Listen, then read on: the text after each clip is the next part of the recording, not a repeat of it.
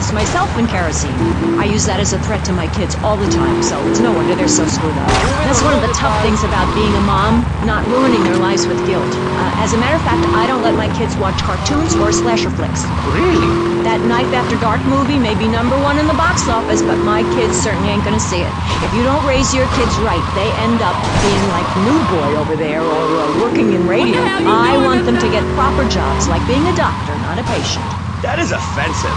My mother understood I was special. She made me wear a bonnet as a child, and when I demanded to go to school naked, she was fine with it. After social services moved me, she would still write to me.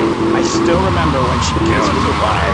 But Barry, earlier you said you discovered naturism, taking your clothes off, whatever it is in Germany. I know, but I lie a lot. I've got a lot of issues. Look at me.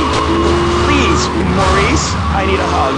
There's another example of immorality in this city. Public showing of affection. People think we want to see them making out and carrying on. I understand your hormones rage like a wild animal and you want to ravage one another like there's no tomorrow, but you have to ignore what your body is telling you and work for a higher calling, like construction.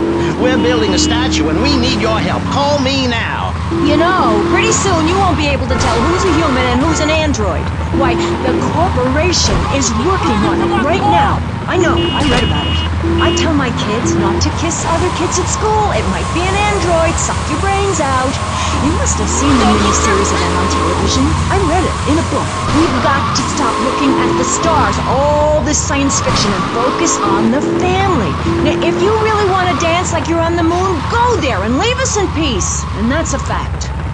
What's a fact? I'm sorry, Maurice, but I have to tell you, I moved to Florida to bring my kids up the American way in a theme park. And that's just the kind of person I am, opinionated and moronic. I see. Well, this panel is certainly interesting. The issue is morality. Recently, rock artists joined together to provide famine aid to Alaska with the song, Do They Know It's the 4th of July? Critics complain it's immoral to meddle in the affairs of other peoples and cultures.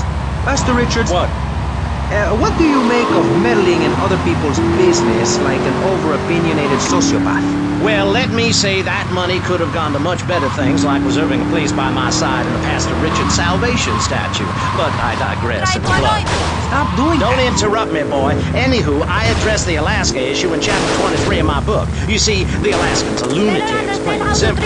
They eat whales and snow and are asleep in the freezer. Who wants to eat snow every day?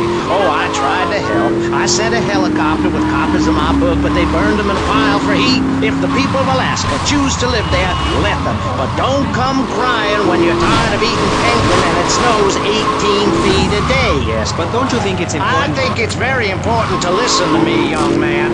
That's what makes the state of Florida great.